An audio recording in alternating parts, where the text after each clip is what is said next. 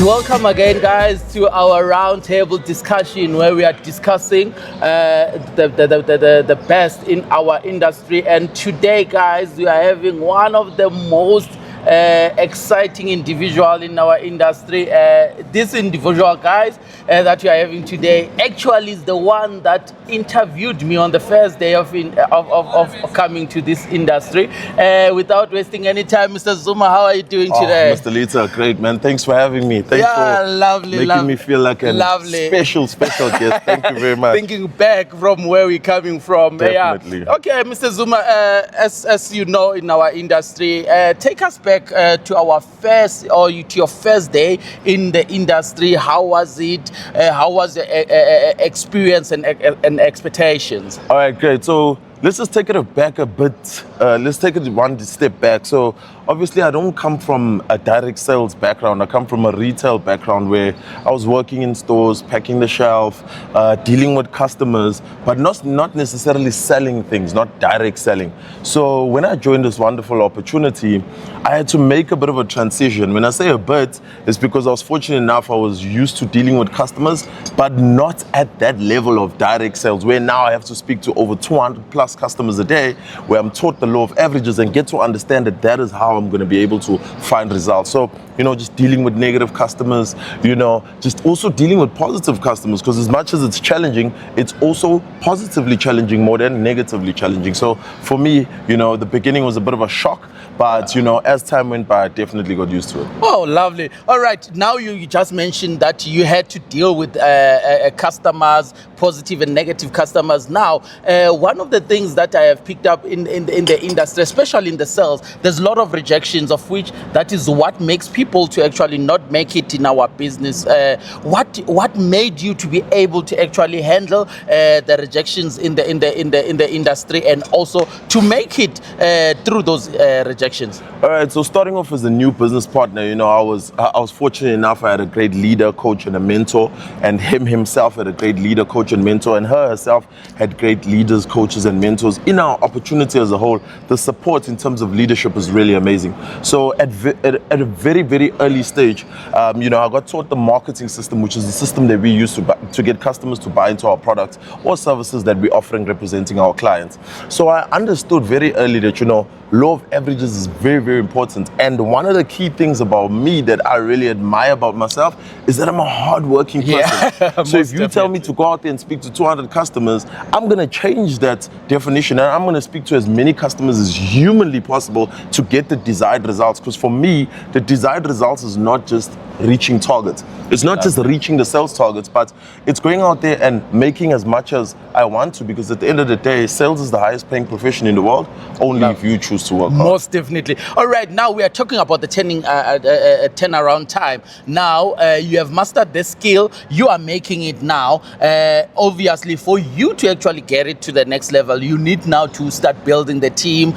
What can you say it was your turnaround point, or it was a turnaround time to say, this is what I want to do. This is where I'm seeing my future actually being built. This is where I'm going to see myself actually building my wealth around. What was the turnaround moment? Okay, great. So a couple of phases to that answer. The first phase is that, in order for you to transition from a new business partner to come to leadership in our opportunity, you have to build a team. All right, you have to build a team, and that's the leadership phase. So I was very fortunate enough to understand law of averages in the first stage to be good at sales. Second phase is where we teach you team leadership. And in order for you to be great at leading a team, you have to be a great example setter in terms of the sales. So I mastered the sales.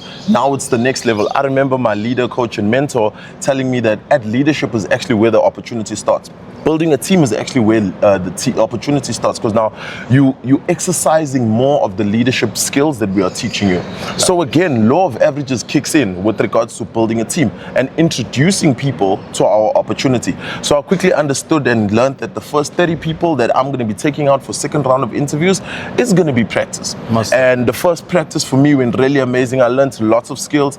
The second round of practice for me, meaning the second 30, was really, really exciting, because that's when I really started closing people into the opportunity, and my team started expanding and growing from there. I managed to recruit my first leader.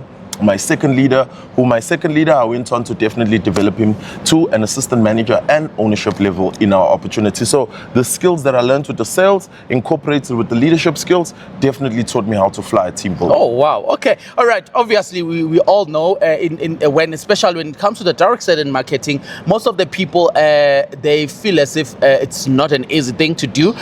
You recruit 10 people, 20 people by Monday, by Thursday, 2 of those people, they are still remaining. The rest, they've left because they don't believe in this industry. Then tell me, what was your transition now from being a top closer now to becoming a crew leader, whereby now you are leading your people and getting your people going? What was your transition? Great. So for me, the biggest transition was I understood that what I can get out of this opportunity. So not just being a salesperson, but being developed to become an assistant manager and obviously get the opportunity to run my own sales and marketing company. From there, be able to grow on to become, a promoting owner, a regional consultant and a national consultant. So one of the main skill sets that really helped me shift into being good at closing and expanding the team was making sure the people in my team understand what the opportunity can do for you. Because as a human being and as a leader, when you understand what's in it for you and you connect it to the values that you can get out of it,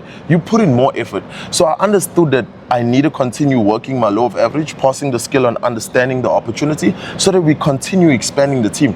And with that consistency, I just saw the team expanding and expanding and expanding, and not focusing on the people we lose, but focusing on the people that we are closing and working with and just growing with into the future. So I went from just being by myself to building a crew of like 55, to 60 people that elevated me to an assistant management position, and here we are today. Oh, lovely. All right. There's something that I have picked up in the sales industry, right? Whereby people they tend to only focus on themselves in terms of building the wealth, focusing on themselves in terms of selling, not actually necessarily pinpointing or looking at that next guy coming.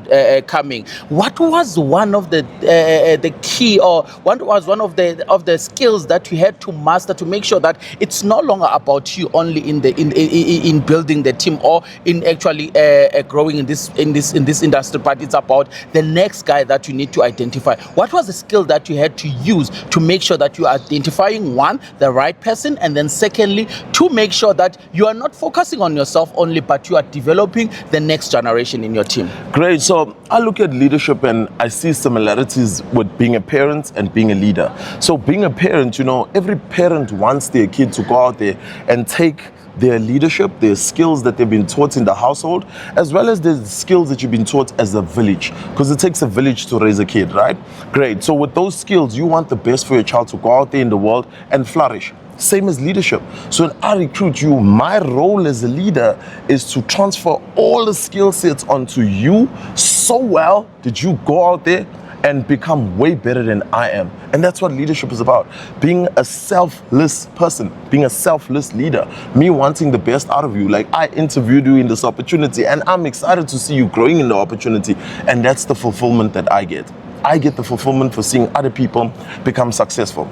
All right, the most successful people in the world, in any industry you can think of, they find pleasure and success and gratitude from watching people that they have developed become successful. Oh, lovely. All right, Mr. Zuma, I have seen you growing in our industry. Fortunate enough, I found you while you were an assistant manager. I saw you getting promoted to ownership. I saw you getting promoted to regional. And now I want to know, how was it to actually now start focusing on building your business and also focusing on building your organization? Because your organization is one of the organizations that is actually most productive and is actually growing. What was it that you had to make sure that you are focusing in making sure that now it's no longer, as I said, it's no longer about you, but it's all about now the people that you are leading. It's all about the regions that you are leading right now. You are almost in every province in South Africa. Okay. What is it that is actually keep on pushing you?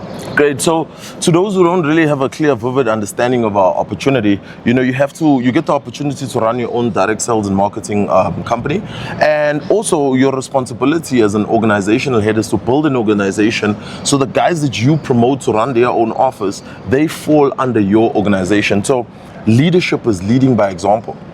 So the organization needs to see me run an office that's so great at sales, so great at recruiting, so great at developing our teams who are in our offices, that we actually promote them, remove them from being field agents to become great assistant managers, and also give them an opportunity to run their own offices. And that's exactly how you go on to run an organization. And that organization becomes productive from the leadership skill sets that they get from your office. So how you lead your people from your office will show in how they go out and run their offices, will then in turn see you running an organization that is productive as well as profitable. Oh, lovely. All right, Mr. Zuma, obviously, when we are in this industry, a lot of people, they will mock the industry. They will say every negative thing that they can think of about this industry. But you kept on actually pushing, you kept on focusing on the ultimate goal. What was it that was actually assisting you in making sure that you're going to be closing your ears from all the negatives that you are hearing around,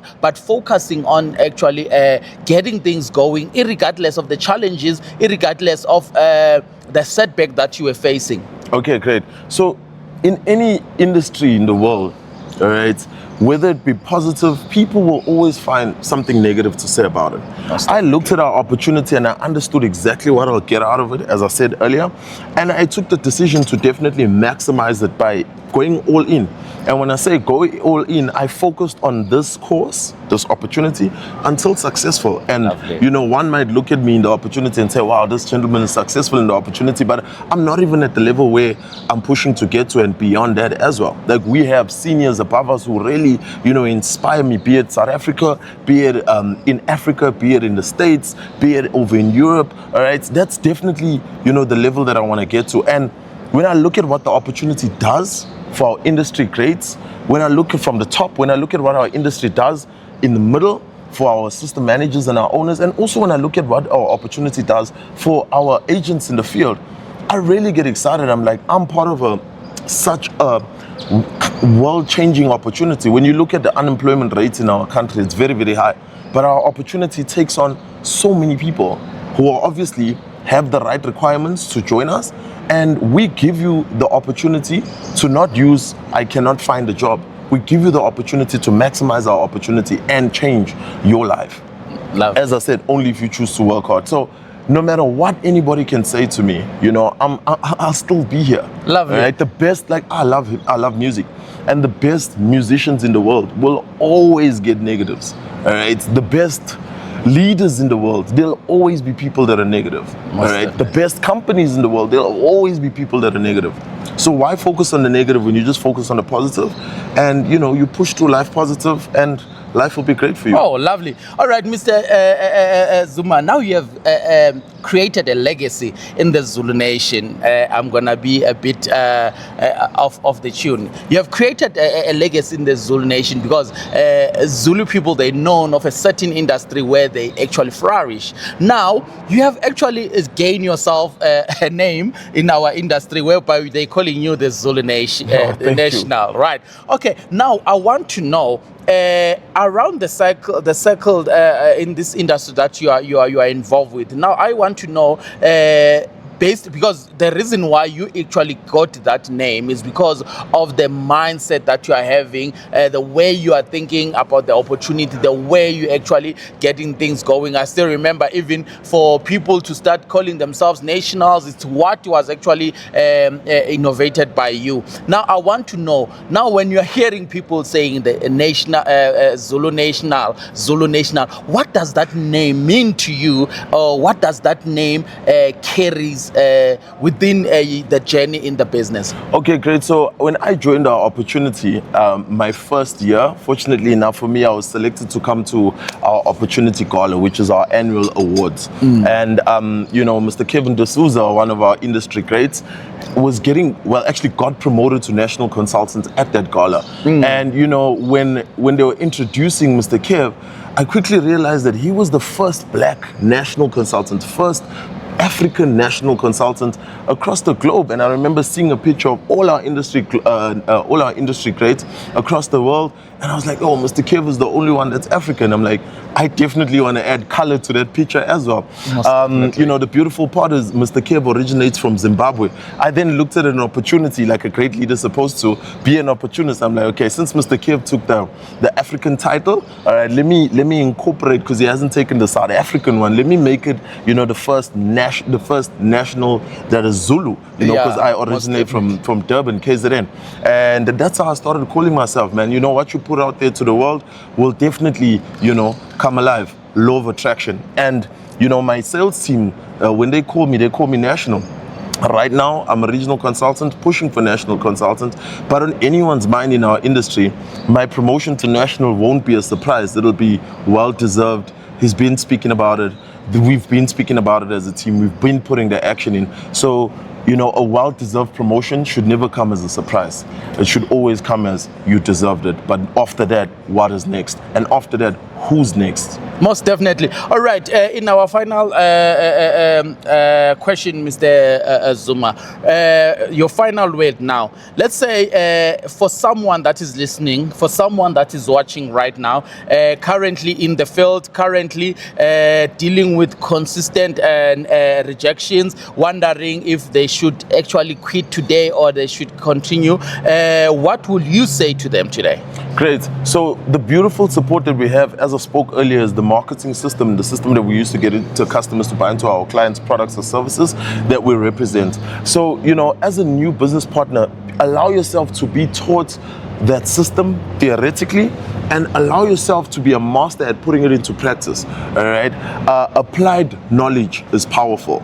All right, so take that knowledge that we give you from the marketing system and apply it consistently in the field. The only time that I became consistent and great in the field was when I was applying the marketing system to the T, all right, sticking to basics. And that's when I started getting good at, reaching targets on a daily, reaching targets on a weekly, reaching targets on a monthly. And when you keep at that, you'll definitely flourish. It's like, going to the gym. You remember me a couple of years ago, I was way bigger. Yeah. All right. But when you stick to the basics and you show up to the gym with the right intention and, you eat right and you stay consistent, just by showing up and staying consistent, you will lose weight, you will reach your goal. But you also need the guidance, all right? The proper routines to follow, the proper discipline. And, along our journey, we give you the guidance, we give you the routines, we give you the discipline. And that is what's going to make you successful. In this world, if you're too quick to quit, then just imagine yourself when you're 60 years old, looking back and having regrets. I don't want to be a 60-year-old Sphamandla Zuma that's full of regrets. I wouldn't advise you to be a 60-year-old that's full of regrets. I would advise you to be someone who looks back and tells their grandkids, man, I'm here and we are here and we have all of this because, your father, your leader, decided not to quit. He decided to keep at it because, when you keep at it, that's when you become successful. Follow one course and definitely until you become successful. Use that course as a basis to grow your success even more and scale your success. Thank you very much, Mr. Zuma. That was so wonderful. I wish you all the best in the industry. I know the next milestone is about to be reached.